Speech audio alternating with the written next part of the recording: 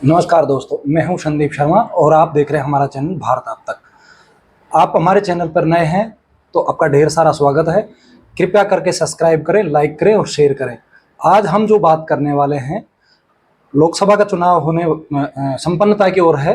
Last चरण है, 1 तारीख को चुनाव हो जाएंगे। कल चुनाव अंतिम चरण के 7वें चरण के चुनाव हैं।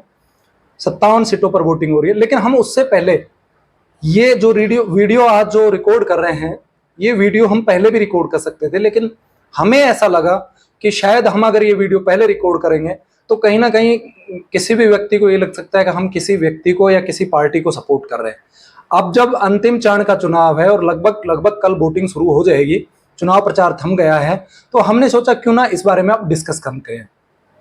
हम बात कर रहे हैं 2029 तक, 24 से 29 तक काफी कुछ बदलने वाला है देश में। एक ये कहूं कि ये जो चुनाव है, ये देश को बदलने का चुनाव है। 2024 का जो चुनाव है, ये किसी पार्टी के लिए या किसी एक व्यक्ति के लिए चुनाव नहीं है, ये देश का रिफॉर्म करने के लिए चुनाव है। जो आपको हम बताएंगे, जो महत्वपूर्ण जो मुद्दे हैं, वो कैसे आगे चल करके 2024 से 29 तक क्या क्या काम हो सकते हैं। अगर आपसे बात करूं तो निश्चित रूप से जो होने वाले हैं काम, उसके बारे में हम बात करेंगे। प्रधानमंत्री मोदी तीसरी बार शायद प्रधानमंत्री बने, मैं तो आश्वस्त हूं, लेकिन आप लोग पता नहीं कितने आश्वस्त हैं कि नहीं है। मुझे तो पता है, मुझे एहसास हो रहा है कि शायद 2019 से बड़ा मैंडेट प्रधानमंत्री नरेंद्र मोदी को मिल रहा है। और नरेंद्र मोदी ने अपने जो 125 दिन का जो टारगेट है, जो उनका वर्किंग स्टाइल है, उस हिसाब से उन्होंने टारगेट सेट कर लिया है कि मुझे 125 दिन में देश के लिए क्या क्या काम महत्वपूर्ण करने हैं। वो जो काम निश्चित रूप से होने हैं, हालांकि निश्चित रूप से कहना या फिर यूं कहूं कि राजनीति में कोई भी चीज इतनी परिपक्व नहीं होती है, इतनी कॉन्फिडेंस के साथ नहीं कह सकते कि हो ही सकती है। लेकिन जो हम आपसे बात करने वाले हैं, उसमें प्रधानमंत्री मोदी को ये लगता है कि निश्चित रूप से ये काम होने वाले हैं। जैसे कि पहला है जनगणना। जनगणना जो है 2021 में होनी थी, आपको सबको पता है। फिर 22-23 में होनी थी, कोरोना के काल नहीं हुई। 23-24 में अभी जैसे चुनावों की वजह से रद्द हो गई। अब ये 2025 में जनगणना होगी।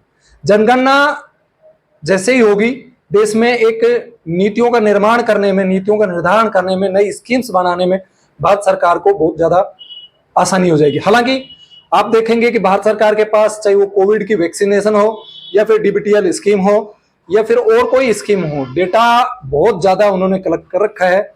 सेंसेक्स का इतना ज्यादा असर नहीं होगा, लेकिन देश की पॉपुलेशन कितनी है और उसके हिसाब से आने वाली जो नीतियां हैं उनका निर्धारण होगा।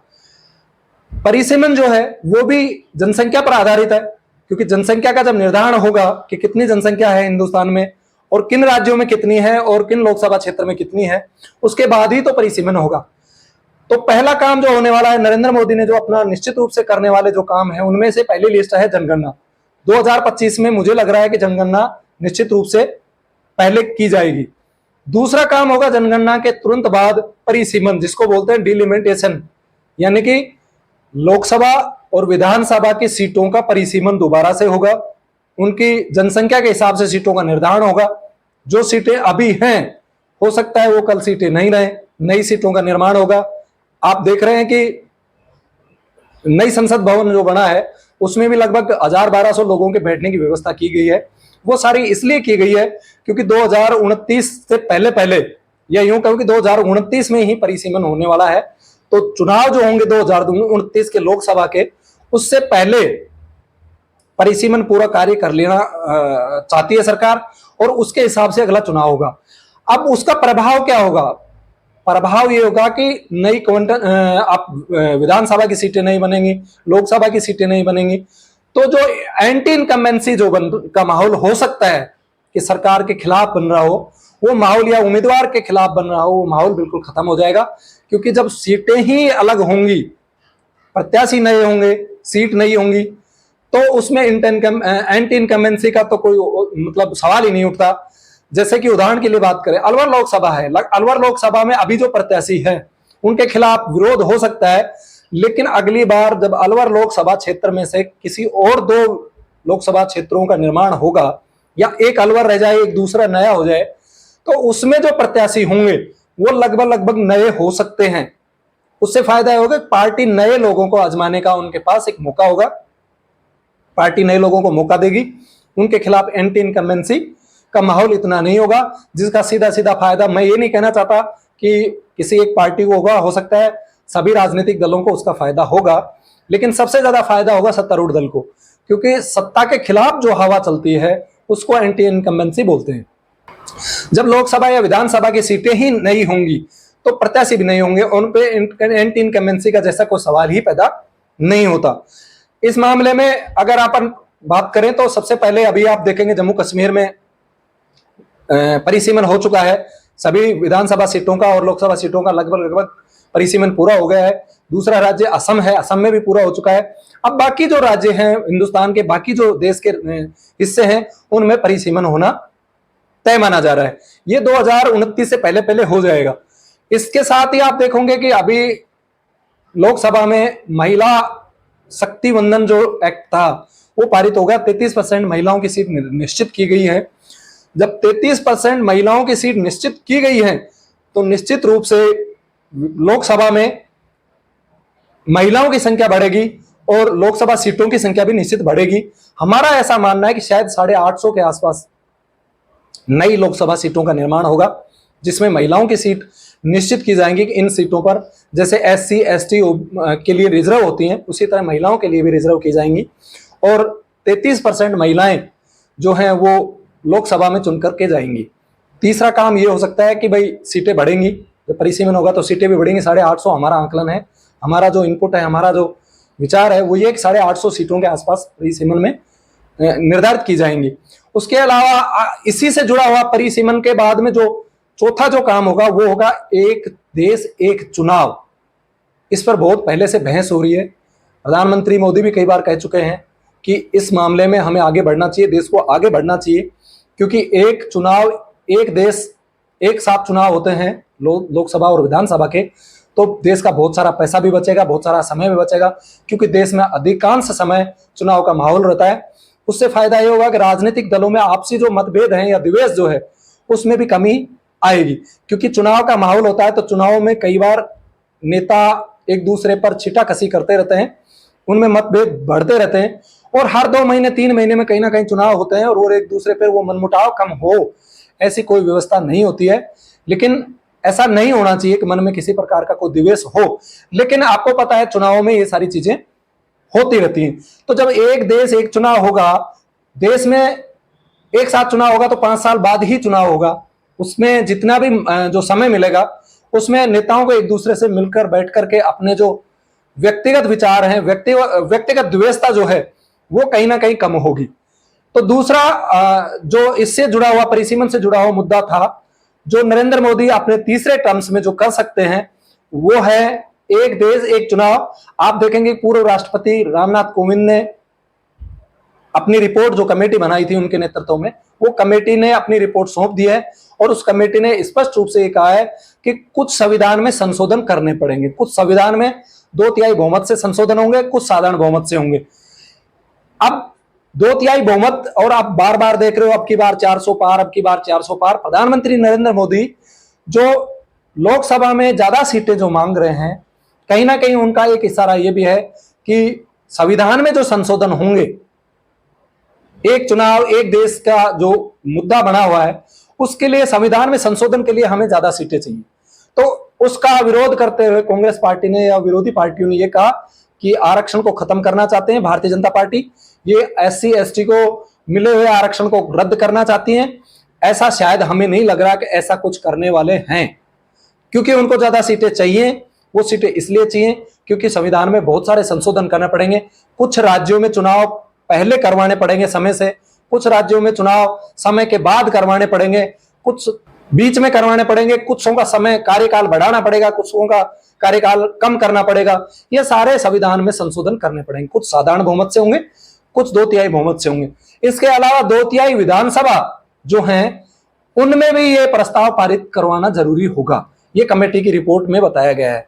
2/3 जो विधानसभा है वो प्रस्ताव पारित करके और अपना प्रस्ताव लोकसभा स्पीकर को, या फिर ये कहूंगा कि इसके पक्ष में अपना जो राय है वो वहां प्रस्तुत करेंगी। उसके बाद में देश में एक देश एक चुनाव, यानी कि विधानसभा और लोकसभा का चुनाव एक साथ होना निश्चित है। पांचवा काम है यूसीसी। आपको पता है यूनिफॉर्म सिविल कोड जो है काफी दिनों से चर्चा में है। आप देखेंगे कि पहले राज्य जो है गोवा है, जहां पर पहले से ही लागू है, गोवा में जहां पर यूसीसी लागू है। दूसरा राज्य है उत्तराखंड, जिन्होंने अभी पिछले 2 साल में जो काम किया था, उसके बाद उन्होंने चुनाव में घोषणा की थी कि हम यूसीसी को लागू करेंगे, और उन्होंने लागू कर दिया है। बहुत सारे राज्य इस पे काम भी कर रहे हैं। गृह मंत्री अमित शाह भी बहुत बार बोल चुके हैं कि पहले हम इसमें राज्य में ट्रायल करेंगे और वहां से मिले हुए फीडबैक के हिसाब से हम पूरे देश में इसको लागू करेंगे। यूसीसी के बारे में बात करें, ये संविधान में भी अपना एक स्थान रखता है। संविधान में भी हमारे में कहा गया है कि एक यूसीसी यानी कि यूनिक एक समान नागरिकता कानून जो है वो होगा, उसको लागू भी होना चाहिए। लेकिन उस समय के प्रधानमंत्री जवाहरलाल नेहरू ने इस पर रोक लगा दी थी। उनका कहना था कि ये यूनिफॉर्म सिविल कोड जो है जब तक लागू नहीं होगा तब तक कि मुस्लिम इस पर राजी नहीं हो जाएंगे। और आपको पता है मुस्लिम इस पर कभी राजी हो नहीं रहे, ना आज हो रहे ना उस समय हो रहे थे। तो ये नेहरू जी की गलती थी। जब 1956 में हिंदू कोड आ रहा था, आपको पता है विवाह अधिनियम 1956 जब लागू किया गया था, उस समय भी यह चर्चा की गई थी कि हिंदू कोड क्यों, यूसीसी क्यों नहीं, यूनिफॉर्म सिविल कोड क्यों नहीं। लेकिन उस समय आपको पता है पंडित जवाहरलाल नेहरू देश के प्रधानमंत्री थे और वो नहीं चाह रहे थे। वो चाहते तो निश्चित रूप से उस समय ऐसा माहौल भी नहीं था, आसानी से लागू भी हो जाता। जब संविधान में ये एक प्रावधान किया गया है कि देश में एक संविधान एक कानून लागू होगा, सबके लिए एक कानून होगा, देश में जितने भी लोग रहेंगे चाहे वो किसी भी समुदाय का हो, किसी भी जाति का हो, सबके लिए एक कानून होगा। लेकिन राजनीतिक महत्वाकांक्षा के कारण पिछली सरकारों ने इस पे कोई काम नहीं किया। सुप्रीम कोर्ट ने भी आधा दर्जन से बाहर ऑर्डर दिए कि हमारे संविधान में जो यूसीसी का जो जिक्र किया गया है उस पे सरकार को एक कानून एक देश के हिसाब से यूसीसी लागू करना चाहिए। लेकिन कुछ सरकारें जो थी इस पे आगे नहीं बढ़ना चाह रही थी। विशेष रूप से आपको पता है भारतीय जनता पार्टी इस पे अपना फोकस, अपने घोषणा पत्र में उनकी 3 शर्तें, 3 मतलब मेन मुद्दे जो थे, राम मंदिर का निर्माण, धारा 370 हटाना और यूसीसी लागू करना, ये 3 उनके मुख्य कोर एजेंडा थे। उनमें 2 उन्होंने लगभग अपने एजेंडों को पूरा कर लिया है। राम मंदिर का निर्माण भी हो गया है देश में सुप्रीम कोर्ट के आदेशों से, और 370 धारा कश्मीर में हट चुकी है, वो देश के मुख्य धाराओं में जुड़ चुका है। तीसरा भी एक मेन जो उनका जो एजेंडा है, कोर एजेंडा है, वो यूसीसी का है, वो 2029 से पहले लागू हो जाएगा, हमें ऐसा लग रहा है। 2024 से 2029 में जो सबसे महत्वपूर्ण काम होने वाला है, भारत के प्रधानमंत्री मुझे लग रहा है नरेंद्र मोदी जो काम करने वाले हैं वो भ्रष्टाचार के खिलाफ एक लड़ाई अपनी तेज करने वाले हैं। वो पहले भी कह चुके हैं कि देश में बहुत बड़े निर्णय होंगे।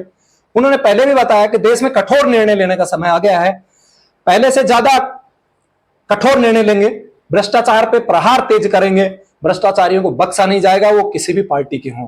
हालांकि उनकी पार्टी को डेंट जरूर लगा है, उन्होंने बड़े बड़े राजनेताओं को जेल में भी डाला है, चाहे वो अरविंद केजरीवाल हो, मनीष सिसोदिया हो, हेमंत सोरेन हो, उनको जेल में भी डाला है पीएमएलए कोर्ट के द्वारा। लेकिन एक जो उनकी पार्टी को डेंट जो लगा है वो ये लगा था कि कहीं ना कहीं भारतीय जनता पार्टी कांग्रेस से जो भ्रष्ट नेता जो हैं वो आकर के भारतीय जनता पार्टी में घुस रहे हैं, और भारतीय जनता पार्टी एक ऐसी पार्टी बन रही है, ऐसी वॉशिंग मशीन है जिसमें कोई भी नेता आओ और उसके दाग जो हैं वो धुल जाएंगे। ये डेंट निश्चित रूप से भारतीय जनता पार्टी को लगा, और इसका मुद्दा भी विपक्ष ने बनाया है, और सॉलिड मुद्दा बनाया, बनाना भी चाहिए था। क्योंकि मेरा व्यक्तिगत मत भी है कि ये गलत परिपाटी चल रही है कि कोई भी जिसपे करप्शन के चार्जेस हैं वो व्यक्ति आता है और भारतीय जनता पार्टी में सम्मिलित हो जाता है, उसके बाद में उस पर कोई कार्रवाई नहीं हो रही है।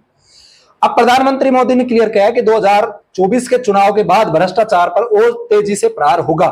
अगर ये ऐसा होता है तो बहुत बड़े बड़े नेता जो हैं वो जेल के अंदर जा सकते हैं, जैसे गांधी परिवार, राहुल गांधी, सोनिया गांधी बेल पर हैं, इन पर नेशनल हेराल्ड का केस है, इन पर पीएमएलए कोर्ट में भी केस चल रहा है। अगर कठोरता से इन पर निर्णय लिया गया तो इनका भी वही हाल हो सकता है जो अरविंद केजरीवाल, मनीष सिसोदिया और हेमंत सोरेन जैसे नेताओं का हुआ है, क्योंकि जेल जाना इनका निश्चित है। भ्रष्टाचार अगर इन्होंने किया है तो जेल जाना चाहिए, कोई भी नेता हो, और इनका पीएमएलए कोर्ट में केस भी चल रहा है, नेशनल हेराल्ड केस में बेल पर है, उनकी बेल कभी भी निरस्त हो सकती है। सरकार चाहेगी तो इन पर कठोर कार्रवाई भी होगी, और मुझे ऐसा लग रहा है कि 2029 तक भ्रष्टाचार पर एक कड़ा प्रहार जिसको बोलते हैं तेज तर्रार प्रहार जो है वो होने वाला है। आप बात करें डीबीटीएल की, डीबीटीएल जो है 34 लाख करोड़ गरीबों के खाते में डायरेक्ट सरकार ने डाले हैं, जिससे क्या हुआ, भ्रष्टाचार थोड़ा, मैं ये नहीं कह रहा भ्रष्टाचार खत्म हो गया है, लेकिन भ्रष्टाचार जो है काफी हद तक अंकुश लगा है। प्रधानमंत्री मोदी सभी स्कीमों में तकनीकी का इस्तेमाल करना चाह रहे हैं। वो चाहते हैं कि जितना ज्यादा तकनीकी का इस्तेमाल होगा, करप्शन के चांसेज उतने कम होंगे, ह्यूमन इंटरफेयर जो है वो कम से कम होगा, तो भ्रष्टाचार कम होगा। मैं ये नहीं कह रहा भ्रष्टाचार खत्म हो गया है या हो जाएगा, लेकिन अगर लगातार भ्रष्टाचार पे काम होगा तो एक दिन ये निश्चित रूप से खत्म होगा। जिस तरह से सरकार काम कर रही है, आने वाली सरकारें भी इसी तरह काम करेंगी, तो निश्चित रूप से भ्रष्टाचार धीरे धीरे हिंदुस्तान से खत्म हो जाएगा। डीबीटीएल इसका उदाहरण है। 34 लाख करोड़ अगर कांग्रेस की सरकार होती तो उन्होंने खुद ने माना है कि हम जब 1 रुपया भेजते हैं, 100 रुपए भेजते हैं, तो 15 रुपए जो है आम आदमी के पास पहुंचता है। ये हम नहीं कह रहे, राजीव गांधी ने कहा था, कांग्रेस के प्रधानमंत्री थे, उन्होंने कहा है कि हम जब पैसा भेजते हैं तो 15%। अगर 34 लाख करोड़ का अगर देखें सिर्फ 15% पहुंचता तो कितना बड़ा करप्शन होता। इसलिए भ्रष्टाचार पर कड़ा प्रहार होगा। अंतिम जो मैं मान रहा हूं, 8वां जो कारण है जुडिशरी रिफॉर्म। आप देख रहे हो जुडिशरी जो है वो सिस्टम में और सरकार के खिलाफ बहुत सारे निर्णय ले रही है। बहुत सारे निर्णय ऐसे हैं जो उनको नहीं करने चाहिए थे, लेकिन उन्होंने इंटरफेयर किया। एनजेसी कमेटी का निर्माण किया गया है, जिसको बोलते हैं नेशनल जुडिशरी अमेंडमेंट काउंसिल या कमेटी जो भी है, उसको सुप्रीम कोर्ट ने निरस्त कर दिया था। यह कमेटी इसलिए बनी थी कि सुप्रीम कोर्ट में जो कोलाइजेशन सिस्टम लगा हुआ है, वो सिस्टम जो चल रहा है उसमें बहुत बार ऐसा हुआ है कि ऐसे गलत जज जो हैं, ऐसे जो जज हैं हाई कोर्ट और सुप्रीम कोर्ट में पहुंच गए जो नहीं पहुंचने चाहिए थे। उनकी नियुक्ति के लिए एक कमेटी बनी थी, या ये कहे कि काउंसिल बना था, NJAC, national judicial appointment council. उसमें सुप्रीम कोर्ट को निरस्त नहीं करना चाहिए था, कोई ऐसा कारण नहीं है कि उसको निरस्त किया जाए, लेकिन उसको निरस्त किया गया। तो 8वां हम मान रहे हैं कि जुडिशियल रिफॉर्म भी होना चाहिए।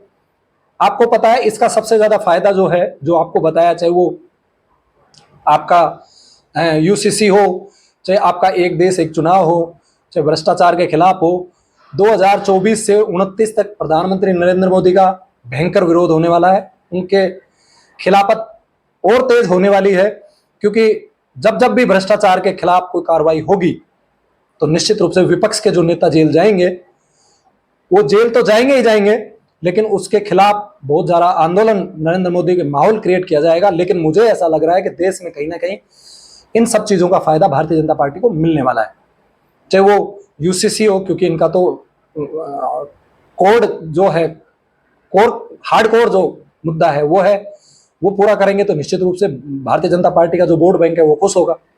एक देश एक चुनाव में मोदी के नाम पर चुनाव लड़ रहे हैं, विधानसभा में भी इनकी वैतरणी पार करना चाहेंगे कि एक साथ चुनाव होंगे, तो भारतीय जनता पार्टी को फायदा निश्चित रूप से होगा। तीसरा जो काम आपको बताया, भ्रष्टाचार पर जो कार्रवाई होगी, उसमें भी कहीं ना कहीं भारतीय जनता पार्टी को अच्छे जो लोग हैं वो सपोर्ट करेंगे। तीसरा, महिला सशक्तिकरण के लिए जो काम किया है इन्होंने, उसमें ये इनका जो क्या बोलते हैं उसको, संगठन जो है बहुत ज्यादा मजबूत है, बजाय और कोई पार्टी विरोधी दल के। भारतीय जनता पार्टी के पास अच्छी महिला संगठन है, अच्छा एक संगठन है बूथ लेवल पे भी, और उन्होंने जिस तरह से महिला शक्तियों को आगे बढ़ाने का काम किया है, तो निश्चित रूप से जो 33% महिलाएं जो 2029 में चुनकर आएंगी, उनमें भारतीय जनता पार्टी की एक बड़ी मात्रा होगी, बहुत बड़ी संख्या में वो भारतीय जनता पार्टी के सांसद होंगे, तो भारतीय जनता पार्टी को ये फायदा होने वाला है। अगर और बात करें परिसीमन का, परिसीमन में भारतीय जनता पार्टी अपने हिसाब से कहीं ना कहीं देखे तो उनका परिसीमन करवाना चाहिए। हालांकि ये निर्वाचन विभाग करता है, लेकिन आपको मैं बताऊं, मुझे ऐसा लग रहा है कि किसी एक जात का या एक समुदाय का वर्चस्व आने वाले लोकसभा विधानसभा में नहीं होगा। अब ऐसे परिसीमन किया जाएगा कि जहां पर एक किसी भी समुदाय का या एक जाति का या एक धर्म का उन पर वर्चस्व ना रहे, सभी खिचड़ी लोग रहें, सभी जाति के मिलकर के रहें, और उस पर विकास के नाम पर या यूं कहें कि देश के डेवलपमेंट के नाम पर वोट पड़े, न कि जातिवाद पर, न कि धर्म के नाम पर। यह मुद्दा मुझे लग रहा है भारतीय जनता पार्टी के पक्ष में जाएगा, क्योंकि बहुत सारे जो मुद्दे हैं, कई सीटों पर देखा जा रहा है कि जातीय समीकरण इतना हावी है कि वहाँ एक जाति का कैंडिडेट निश्चित रूप से लगातार जीतता आ रहा है। जैसे लोकसभा अलवर की बात करें तो अहीर जाति का जो उम्मीदवार है वो लगभग 12, 13, 15 बार जीतता आया है, लगातार जीत रहा है। ये मिथक तोड़ने वाले हैं। तो मुझे लग रहा है कि ये एक तो फायदा होने वाला है सभी को, आम जनता को भी। भ्रष्टाचार खत्म होगा तो उनको भी राहत मिलेगी, और परिसीमन होगा तो निश्चित रूप से जो छोटी जाति है वो भी अपना प्रतिनिधि चुन सकती है। वरना एक जात जैसे विशेष रूप से कोई डोमिनेट कर रही है, वही जात अपना प्रतिनिधि चुन करके भेज देती है। उनको सिर्फ पिछलग्गू होते हैं, उनको वोट डालना होता है। ऐसी जानकारी आप, रही बात 2024 की, मैं 29 की बात क्यों कर रहा हूं? मैंने वो चीजें बताई हैं जो निश्चित रूप से होने वाली है। मैंने किंतु परंतु वाली कोई बात नहीं की इसमें, कि इसमें ये होगा ये होगा। मैंने सरकार की कोई स्कीम के बारे में बात नहीं की। हालांकि एक स्कीम के बारे में प्रधानमंत्री नरेंद्र मोदी बोल चुके हैं। आयुष्मान जो योजना है उसमें प्रधानमंत्री रिफॉर्म करने के लिए बोल चुके हैं कि 70 साल से ऊपर के जो बुजुर्ग हैं उनको भी इस दायरे में लाया जाएगा। तो आप समझ रहे हो, ये तो उन्होंने इंडिकेशन दे दिया है कि हम इसमें बदलाव कर रहे हैं। इसके अलावा सरकार की क्या स्कीम रहेंगी, क्या कार्य रहेंगे, उसके बारे में तो सरकार जाने। मुझे थोड़ी पता है कि सरकार क्या करने वाली है। न नरेंद्र मोदी मुझे बताएंगे, न सरकार का कोई प्रतिनिधि बताएगा। लेकिन मुझे जो लग रहा है कि 2024 के बाद में, शपथ लेने के बाद में, प्रधानमंत्री नरेंद्र मोदी जो काम करने वाले हैं उनके बारे में मैंने आपको डिस्कशन किया। अब सवाल ये उठता है कि मैं इतना आश्वस्त क्यों? आपको कैसे पता कि प्रधानमंत्री नरेंद्र मोदी देश के प्रधानमंत्री हो रहे हैं? मैं आपको बता दूं, मैं पूरा आश्वस्त हूं कि प्रधानमंत्री नरेंद्र मोदी तीसरी बार प्रधानमंत्री बनने वाले हैं। मैंने जो अपना एनालिसिस किया है, मैंने जो अपने मित्र लोग हैं या मेरे सोर्स हैं उनसे मैंने जो बात की है, मैंने 1-2 जगह गया भी हूं, मैं 2-4-5 देश में घूम के आया हूं, 1-2 जगह राजस्थान में। वहां पर जो मुझे पता चला है वो ये है कि नरेंद्र मोदी के खिलाफ कोई ऐसा माहौल नहीं है कि वो हारने का कोई कारण हो। देश में ऐसा कोई मुद्दा भी नहीं है। 2014 में ये कहा गया था कि कांग्रेस के खिलाफ एंटी इनकम्बेंसी थी, इसलिए नरेंद्र मोदी प्रधानमंत्री बन गए। ये एक मुद्दा था कि मोदी तो तुक्के में जीत गए। 2024 का मुद्दा राष्ट्रवाद की वजह से, ये विरोधी लोग जो विशेष रूप से कांग्रेस के जो लोग हैं वो उन पर, प्रधानमंत्री मोदी पर ये आरोप लगा रहे थे कि ये राष्ट्रवाद की लहर में जीत गए। अगर बालाकोट स्ट्राइक नहीं होती, उरी हमला नहीं होता, पठानकोट नहीं होता, तो प्रधानमंत्री, देश के प्रधानमंत्री नरेंद्र मोदी नहीं बनते। अब तो कोई मुद्दा नहीं है, साधारण चुनाव है। लेकिन मैं ये मान रहा हूं कि नरेंद्र मोदी पिछली बार से ज्यादा सीटों के साथ जीत करके आ रहे हैं। सीटों पर बहस कर सकते हो कि कितनी सीटें, 303 सीटें, 360 सीटें, 320 सीटें, 360 सीटें, 400 सीटें, इन पर आप बहस कर सकते हो। लेकिन मेरा मानना यह है कि नरेंद्र मोदी तीसरी बार प्रधानमंत्री बन रहे हैं, और जितनी सीटें उन्होंने पिछली बार जीती 303, उनसे कहीं सीटें ज्यादा लेकर के वो फिर दोबारा से तीसरी बार प्रधानमंत्री बन रहे हैं। आप इस बारे में क्या सोचते हो? आप अपनी राय क्या रखते हो? आप मुझे कमेंट बॉक्स में लिख सकते हो। आपकी राय हमारे लिए महत्वपूर्ण है। तब तक के लिए नमस्कार।